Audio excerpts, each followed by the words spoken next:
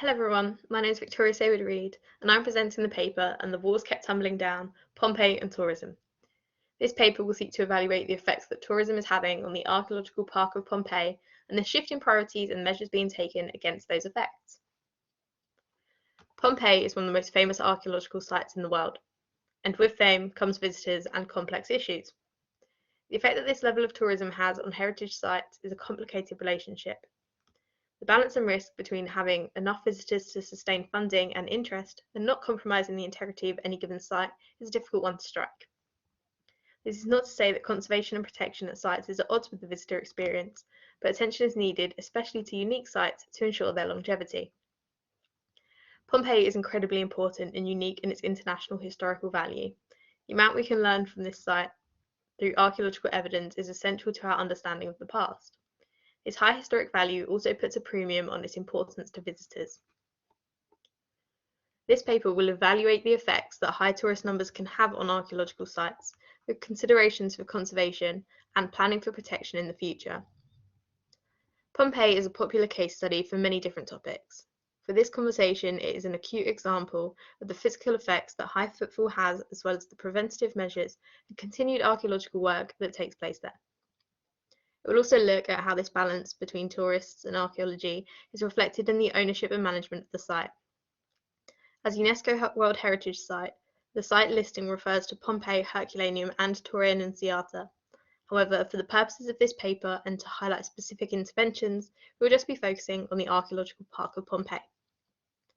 Also, whilst the pandemic has had effect on both the tourism and work happening there, this paper will not be able to look at the depth of the effects this has had, but it will be essential to acknowledge for further considerations. Attention will first be paid to the purposes of Pompeii as a tourist attraction and as an active archaeological site, and how both of those affect the site and its profile. Then there will be discussion on the effects that the people, both visiting and managing the site, have, and the conflict of intention and ideas of ownership. Finally, there will be considerations to the future and the new priorities for the archaeological park. Pompeii, the tourist attraction. As this paper seeks to analyse the use of the site, there will not be an overview of the history of the city as a whole, but of the site as it has been used as a tourist attraction since excavations began. Pompeii began being excavated properly in the 1740s and garnered international interest from the start. It was an essential feature of the upper-class grand tours of the late 18th to 19th century. Although, due to the early excavations and the want of Charles de Bourbon to limit the access to the site, impressions as a tourist hotspot were initially lacking, but its importance and value were immediately understood. In 1863, an entrance fee was introduced, which opened up visitation to anyone who could pay. This allowed for a furthering of academic understanding of the site, but also started a much-needed revenue stream.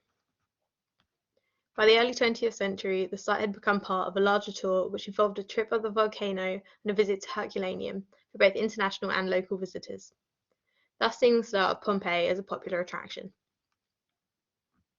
At the end of the 20th century, in 1997 to be exact, the sites of Pompeii and Herculaneum were afforded UNESCO World Heritage Site status, acknowledging the history of visitations to the site since the 18th century, as well as its outstanding historical value.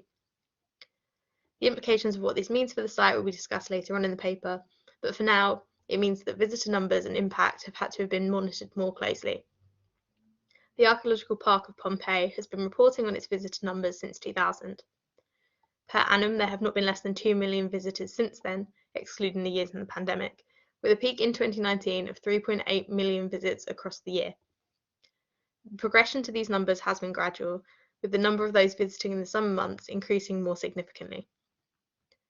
Whilst the site occupies 98 hectares, around a quarter of that is not open to the public, and the traversable area for visitors is only a small part of what is left, meaning there are some high-density areas which are affected more acutely by wear and tear, namely along the Via Stabiana.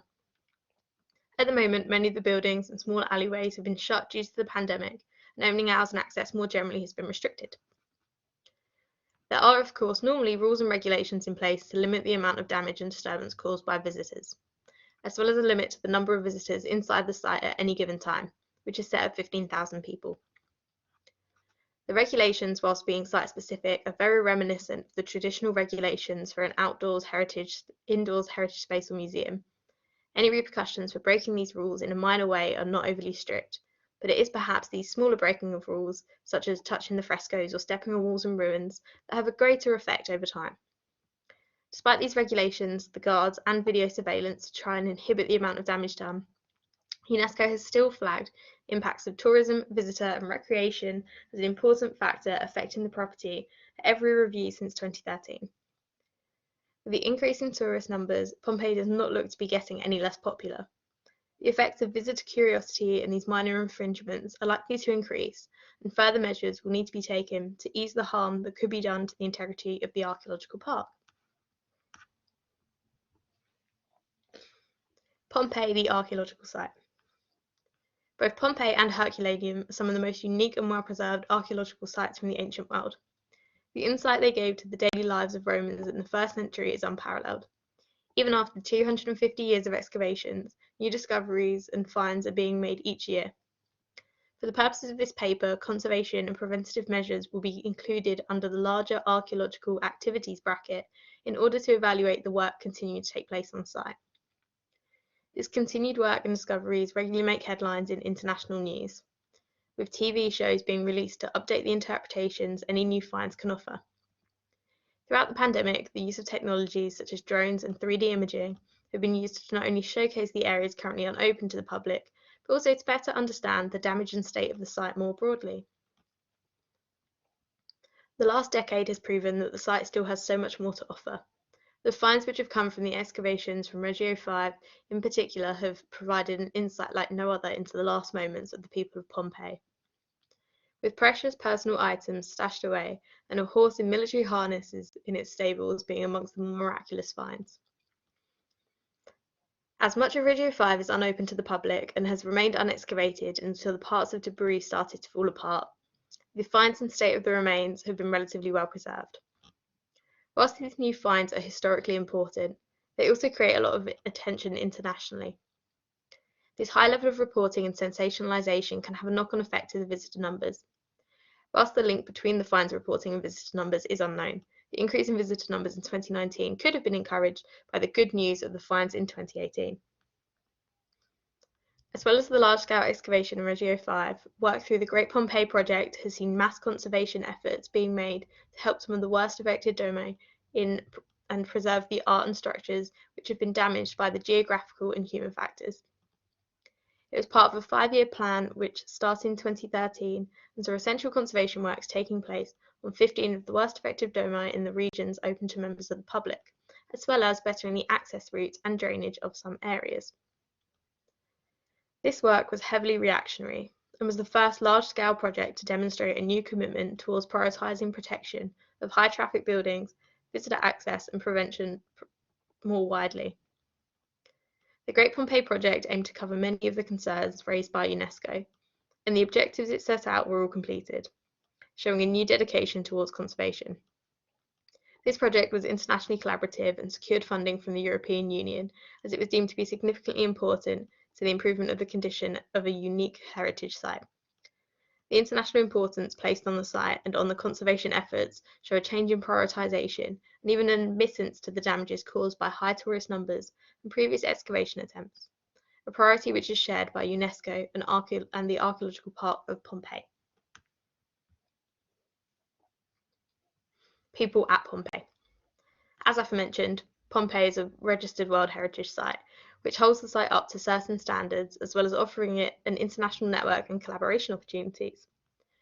For smaller sites, it adds a level of notoriety. However, for larger sites such as Pompeii, it encourages many more visitors and can cause issues of management and ownership of the site. In the case of Pompeii, the requirements of UNESCO in terms of reporting and expectations are more complicated than most due to the different levels of management. This paper will not be going through the merits and issues of the management of UNESCO World Heritage Sites as a whole by UNESCO or the local bodies, but we'll discuss the arrangements at Pompeii and how it affects the work there. There is a local team which has oversight of the regular running of the archaeological park, with a team above that managing the entire UNESCO listed site and reporting back. There is also input from the Ministries of Heritage and Tourism and Infrastructure and Transport, and people of local importance, such as the president of Campania, also have a say.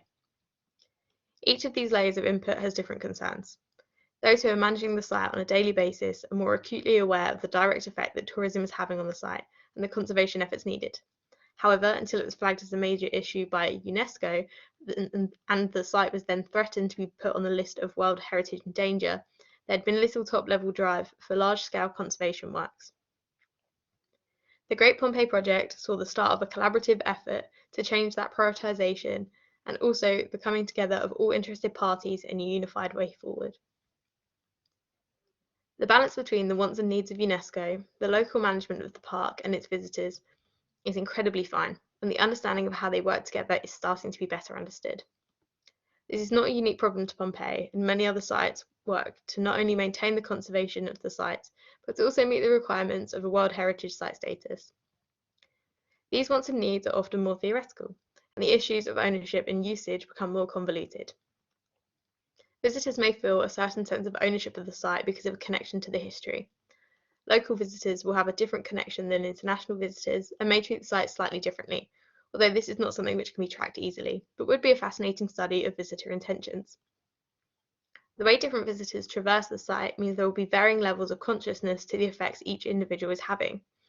However, those running the site will be conscious of the bigger picture effects that these individuals add up to, and the conservation efforts needed to counteract them, but their sense of ownership is more on the physical site and artifacts. UNESCO's sense of ownership perhaps falls between the physical and theoretical. It is a duty to the visitors to hold the standards for accessibility and visitor experience, but also to support and monitor the work of the teams running the sites regularly. The site is not owned by UNESCO, but is governed to a large extent by their policies and regulations. This conflict in ownership and management means that decision-making is mainly around reactionary work. It also opens up questions about visitor values, intentions, and how they can play a part in indicating future areas of work. The future of the Great Pompeii. As per the more recent UNESCO reports of the Archaeological Park of Pompeii, the work carried out under the Great Pompeii project has started to alleviate some of the major issues caused by high tourist numbers, as well as the geographical issues with drainage. A large-scale project was necessary to turn the tide for the priority of conservation. From that project came the appointment of a new director, Gabriel Zuchable, and with that a new direction of priority in the site. In an interview he stated, "What is excavated must also be conserved and protected." He has not ruled out further excavations, but instead is placing the importance on conserving what is currently open to the public as well as opening up Regio 5.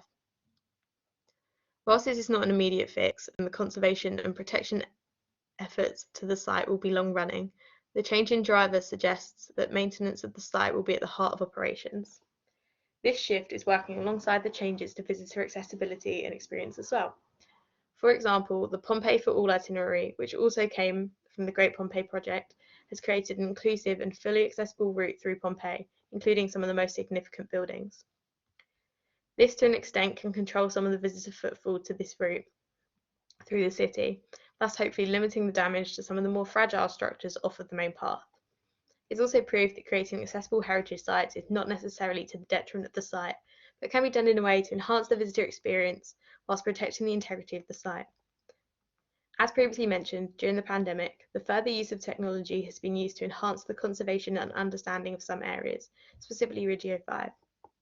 The use of drones and 3D scanning are providing the basis for a new understanding for the areas in need of conservation or at risk of severe deterioration.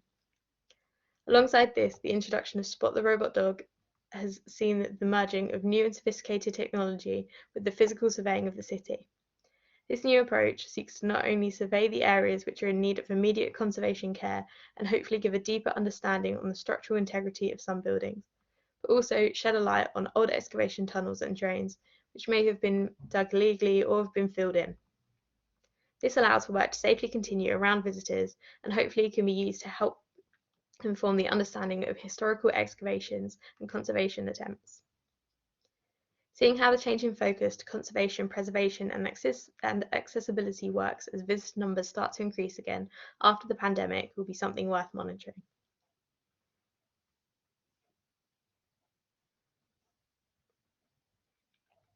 The title of this paper was "And the Walls Kept Tumbling Down." And as this paper wraps up, I hope to answer the question, will the walls keep tumbling down at Pompeii? In short, yes, they will. However, the longevity of the site at Pompeii can and will be changed by the preventative measures brought into place and the way that visitors interact with the site in the future. The shift from an excavations archaeological approach to one of conservation and prevention is promising for the shoring up of some of the high traffic areas in the city, and the work already carried out by the Great Pompeii Project has gone a long way to helping slow down the years of damage. There is not a fix to the deterioration of the buildings, art and structures of the archaeological park, but new technology can help to identify the ways in which they can be best protected. Going beyond the physical ways in which new technology can help aid the site, this technology can also be used to digitally preserve and open access to the site like never before. The 3D scanning and tours of Radio 5 throughout the pandemic are a great example of this. Not only has this open access internationally to a part of the park which is not yet open to the public, it can also act as a point of comparison. This imaging can be used as a base for how the site looks freshly excavated and opened, and monitored against as it sees more visitors and faces the elements for signs of concern in terms of deterioration. There is also the consideration for the continual progression of conservation, excavation, and preservation techniques, something which UNESCO actively encourages and will only help to future-proof any further excavations. On the other side of the conservation efforts of the staff, the way in which visitors act on site can also help the protection of the Domian frescoes in particular. Unless there is a sizable cultural shift in the way visitors interact with Pompeii, the damage that visitors will continue to do, passively or maliciously, will continue to build. This change could only come from a difference in understanding to what ownership means to visitors. If tourists, international or local, were to have a deeper sense of global ownership over the site, in the same way UNESCO does, then individuals may be more careful when attending the site.